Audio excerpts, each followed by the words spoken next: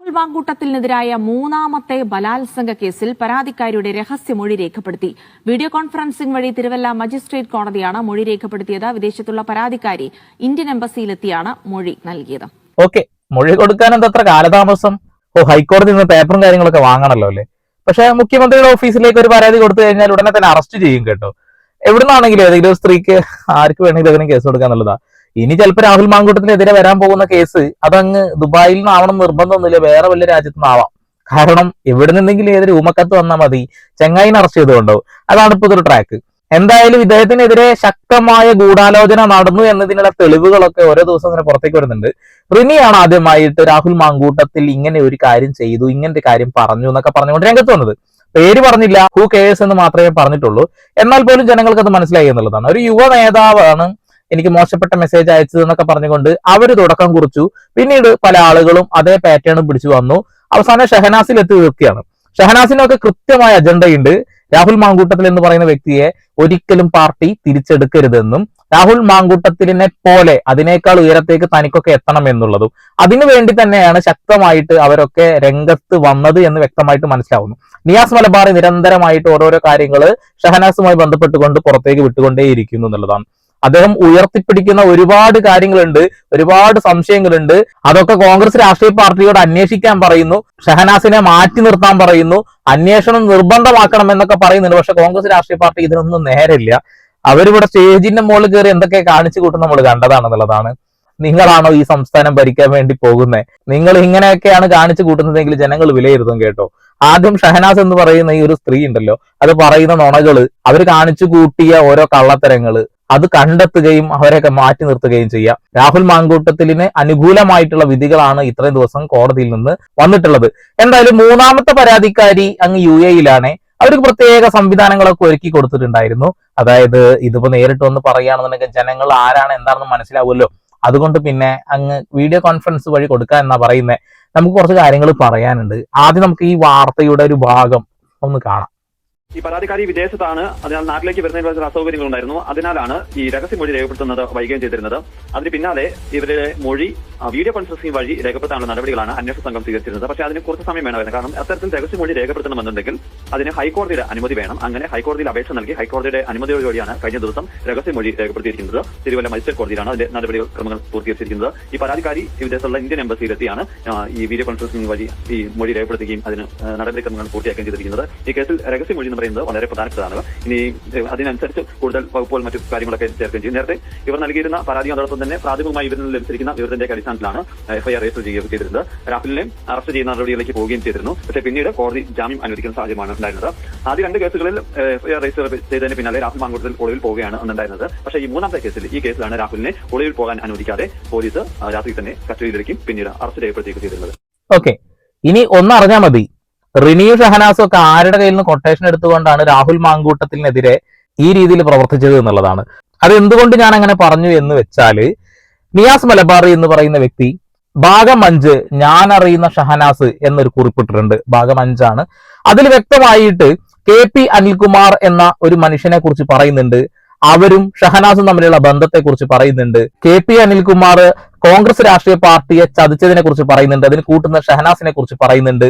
അതൊക്കെ കൂട്ടി വായിക്കുമ്പോൾ ഷഹനാസ് രാഹുൽ മാങ്കൂട്ടത്തിനെതിരെ മനഃപൂർവ്വം കളിച്ചതാണോ എന്ന് തോന്നിപ്പോകും. ഞാൻ എന്തായാലും ആ കുറിപ്പ് ആദ്യം വായിക്കാം, അപ്പൊ നിങ്ങൾക്ക് ക്ലിയർ ആയിട്ട് കാര്യം മനസ്സിലാവും. KP അനിൽകുമാർ സംഘടനാ ചുമതലയുള്ള ജനറൽ സെക്രട്ടറി ആയപ്പോൾ സ്റ്റെനോഗ്രാഫറായാണ് ഷഹനാസ്, അതായത് പ്രിയ സിജീഷ്, ഇന്ദിരാ ഭവനിൽ കയറി പറ്റിയത്. ഇതാരാണ് പുതിയ അവതാരം എന്ന് ചോദിച്ചവരോടെല്ലാം സംഘടനാ സെക്രട്ടറി പറഞ്ഞത് കോഴിക്കോട്ടെ സ്വാതന്ത്ര്യ സമര സേനാനിയുടെ കുടുംബത്തിലെ അംഗമാണ് എന്നാണ്. എന്നിട്ട് 2021 നിയമസഭാ തെരഞ്ഞെടുപ്പിന്റെ മുന്നൊരുക്കങ്ങളുടെ ഭാഗമായി നടപ്പിലാക്കിയ ശക്തി പ്രൊജക്ടിന്റെ കോർഡിനേറ്ററായി സംഘടനാ സെക്രട്ടറി നേരിട്ട് ഷഹനാസിനെ അവരോധിക്കുന്നു. കേരള കോൺഗ്രസ് പാർട്ടിയുടെ സംഘടനാ ഡാറ്റയുടെ താക്കോലാണ് അവരെ ഏൽപ്പിച്ചത് എന്ന് ഓർക്കണം. അത് നിങ്ങളോട് നോട്ട് ചെയ്യണം. ഇതിനിടയിൽ സ്വയം പ്രഖ്യാപിത സാഹിത്യകാരിയെ സംഘടനാ സെക്രട്ടറിയുടെ നിർബന്ധത്തിന് വഴങ്ങി വീണ്ടും യൂത്ത് കോൺഗ്രസിന്റെ സാംസ്കാരിക വിഭാഗ നേതാവാകുന്നു. പിന്നീട് നിയമസഭാ തെരഞ്ഞെടുപ്പിലെ സീറ്റ് വിഭജന ചർച്ചയിൽ അനിൽകുമാർ പാർട്ടിയുമായി പിണങ്ങുന്നു. ശേഷം പാർട്ടിയുമായി ബന്ധപ്പെട്ട മുഴുവൻ ഡാറ്റയും ഇന്ദിരാഭവനിൽ നിന്നും പെൻഡ്രൈവിലാക്കി ഇടതുപക്ഷ നേതാക്കൾക്ക് കൈമാറുന്നു. അന്ന് അത് ചെയ്തു കൊടുത്തത് സ്റ്റെനോഗ്രാഫർ ആയിരുന്ന ഷഹനാസ് ആണ്. ഇടതുപക്ഷവും കോൺഗ്രസ് രാഷ്ട്രീയ പാർട്ടിയും തമ്മിൽ ഏത് രീതിയിലാണ് കേരളത്തിൽ മുന്നോട്ട് പോകുന്നത് നമുക്കറിയാം. അങ്ങോട്ടും ഇങ്ങോട്ടും ശത്രുതയും ഉണ്ടാവും, അങ്ങോട്ടും ഇങ്ങോട്ടും സ്നേഹവും ഉണ്ടാവും, അങ്ങോട്ടും ഇങ്ങോട്ടും കടിപിടി ഉണ്ടാവും, അങ്ങോട്ടും ഇങ്ങോട്ടും കൊലപാതകങ്ങൾ സംഭവിക്കാറുണ്ട് എന്നുള്ളതാണ്. അതായത് രണ്ട് പാർട്ടിക്കും ഇവിടെ പിടിച്ചു നിൽക്കണം എന്നുണ്ടെങ്കിൽ പലതും ചെയ്യേണ്ടി വരും. അങ്ങനെ ഒരു രാഷ്ട്രീയ പാർട്ടിയിലേക്ക് കോൺഗ്രസ് രാഷ്ട്രീയ പാർട്ടിയെ ചതിച്ചുകൊണ്ട് KP അനിൽകുമാർ പോകുമ്പോൾ ഇവിടെയുള്ള മുഴുവൻ ഡാറ്റയും സ്റ്റെനോഗ്രാഫായ ഷഹനാസ് എടുത്തു കൊടുത്തു എന്നാണ് പറയുന്നത്. എത്ര ഗുരുതരമായിട്ടുള്ള കാര്യമാണ്. അതാണ് ഞാൻ പറഞ്ഞത്, രാഹുൽ മാങ്കൂട്ടത്തിന് എതിരെ കൊട്ടേഷൻ എടുത്തുകൊണ്ടാണോ ചില ആളുകൾ പ്രവർത്തിക്കുന്നത് എന്ന് തോന്നും. അതേ പാർട്ടിയിൽ തന്നെ ആളുകളുണ്ട് എന്ന് പറഞ്ഞപ്പോൾ ആദ്യം വിശ്വാസമായില്ല, പക്ഷെ ഇത് വായിക്കുമ്പോൾ എനിക്ക് തോന്നുന്നു അനിൽകുമാർ പാർട്ടി വിട്ടപ്പോൾ ഷഹനാസ് കൂടെ പോയില്ല. പക്ഷെ ചതി തിരിച്ചറിഞ്ഞ പാർട്ടി പിന്നീട് അവരെ ഓഫീസിൽ തിരികെ കയറ്റിയിട്ടില്ല. ഓക്കെ, പാർട്ടി മനസ്സിലാക്കിയല്ലോ, വളരെ നല്ല കാര്യം. രാഹുൽ മാങ്കൂട്ടത്തിൽ സംസ്ഥാന പ്രസിഡന്റ് ആയപ്പോൾ യൂത്ത് കോൺഗ്രസിന്റെ സാംസ്കാരിക വിഭാഗം നേതാവ് സംസ്ഥാനത്ത് നിന്ന് കൂടി അവരെ ഒഴിവാക്കുന്നു. ഓക്കെ, KP അനിൽകുമാർ CPM-ൽ ചേർന്നതിന് ശേഷവും ഷഹനാസ് അദ്ദേഹവുമായുള്ള ബന്ധം തുടരുന്നു. അവരുടെ പ്രസാധക കമ്പനിയിൽ ലാഭവിഹിതം തരാമെന്ന് പറഞ്ഞ 6 ലക്ഷം രൂപ KP അനിൽകുമാറിൽ നിന്ന് വാങ്ങിയെന്നും ലാഭമോ മുതലോ കിട്ടാതെ അനിൽകുമാർ ഇപ്പോഴും അവരുടെ പിന്നാലെയുണ്ടെന്നുമാണ് അദ്ദേഹത്തിന്റെ വേണ്ടപ്പെട്ടവരിൽ നിന്ന് അറിയാൻ കഴിഞ്ഞത്. അങ്ങനെയെങ്കിൽ വൈകാതെ KP അനിൽകുമാറിനെതിരെ അതിജീവിതയുടെ ഒരു പീഡന പരാതി പ്രതീക്ഷിക്കുന്നു. ഓക്കെ, എന്തെങ്കിലുമൊക്കെ ആവട്ടെ, കൊട്ടേഷൻ ഏതൊക്കെ രീതിയിലാണ് പോയതെന്ന് കണ്ടുനോക്കി. ഇനി പറയാനുള്ളത് കോൺഗ്രസ് നേതൃത്വത്തോടാണ്. ഇത്രയും ഫോടത്തരമുള്ള ഒരാളെ ഇനിയും പാർട്ടി സ്ഥാനങ്ങളിൽ തുടരാൻ അനുവദിക്കരുത്. ചുരുങ്ങിയത് പാർട്ടി തല അന്വേഷണമെങ്കിലും ഇവർക്കെതിരെ നടത്തണം.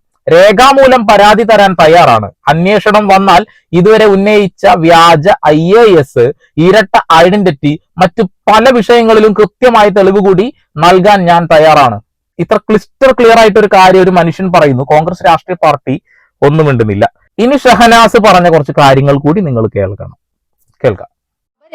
വിവാഹബന്ധം വേർപ്പെടുത്തി നിൽക്കുന്ന സമയത്താണ്, മാനസികമായി ഭയങ്കരമായിട്ട് ടെൻഷൻ അടിച്ച് നിൽക്കുന്ന സമയത്താണ് നിന്നെ സംരക്ഷിക്കാൻ, നിന്നെ ഞാൻ ചേർത്ത് പിടിക്കാൻ ഞാനുണ്ടെന്ന് പറഞ്ഞ് ഒരു പുരുഷൻ, നിന്നെ വിവാഹം കഴിക്കാൻ ഞാൻ തയ്യാറാണ്, നീ ഒരു കുഞ്ഞിന്റെ അമ്മയായി നിന്നെ ഞാൻ ചേർത്ത് പിടിക്കാൻ ഞാൻ തയ്യാറാണ് എന്ന് പറഞ്ഞ് ഒരു പുരുഷൻ വരുന്നതും ആ പുരുഷൻ അവരെ സമീപിക്കുന്നതും ലൈംഗികമായി അവരെ അപ്രോച്ച് ചെയ്യുന്നതും അവർ ലൈംഗികമായിട്ടുള്ള ബന്ധം തുടരുന്നതും ഒക്കെ അവർ എന്നോട് പറഞ്ഞിട്ടുണ്ട്. അത് കഴിഞ്ഞ് രണ്ടാമത്തെ പ്രാവശ്യം അവർ കാണുമ്പോൾ അവരെ മൃഗീയമായിട്ട് ആ പുരുഷൻ ഉപദ്രവിക്കുകയാണ്, ലൈംഗികമായി യൂസ് ചെയ്യുന്നത്. എനിക്ക് വൈൽഡ് സെക്സ് ആണ് ഇഷ്ടം എന്ന് പറഞ്ഞുകൊണ്ട് ആ സ്ത്രീയുടെ ശരീരം മുഴുവൻ കീറി മുറിക്കുകയാണ്. ആ സ്ത്രീ എന്താ ചെയ്യേണ്ടത്? ആ സ്ത്രീ കേസാണ് കൊടുക്കേണ്ടിരുന്നത്. പക്ഷെ നിങ്ങൾ ശ്രദ്ധിക്കണം, ഇവർ പറഞ്ഞ വാക്കാണ്, അതായത് ഇവരെ കാണിച്ചു കൊടുത്തു, ഇവരുമായി സംസാരിച്ചു എന്നാ പറയുന്നത്. അതായത് ഡൈവേഴ്സ് ആയ ഒരു സ്ത്രീ അന്യപുരുഷന്റെ സ്നേഹം പറ്റി പോയതാണെന്നാ പറയുന്നത്. ഇവർ തന്നെയാണ് അവകാശപ്പെടുന്നത്. നിങ്ങൾ വാക്കുകൾ കേട്ടല്ലോ. അങ്ങനെ വിവാഹ ബന്ധം വേറൊന്നുണ്ടെങ്കിൽ അവരൊരു ലീഗൽ പേപ്പറിൽ മൂവ് ചെയ്യണ്ടേ? ഒരു പേപ്പറും മൂവ് ചെയ്തിട്ടില്ല. നിയമപരമായിട്ട് അവർ ഭാര്യ ഭർത്താവായിട്ട് തുടരുകയായിരുന്നു എന്നുള്ളതാണ്. ഇതാണ് സാഹിത്യകാരിയുടെ മനസ്സിന്റെ ഉള്ളിൽ ഉണ്ടാവുന്ന ഭാവനക്കനുസരിച്ച് കഥകൾ മെനയുന്നു എന്ന് പറയുന്നത്.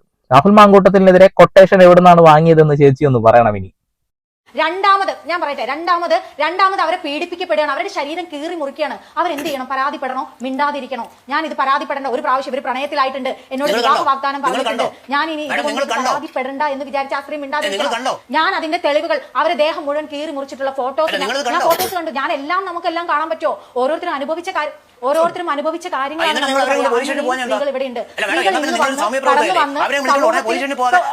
Police station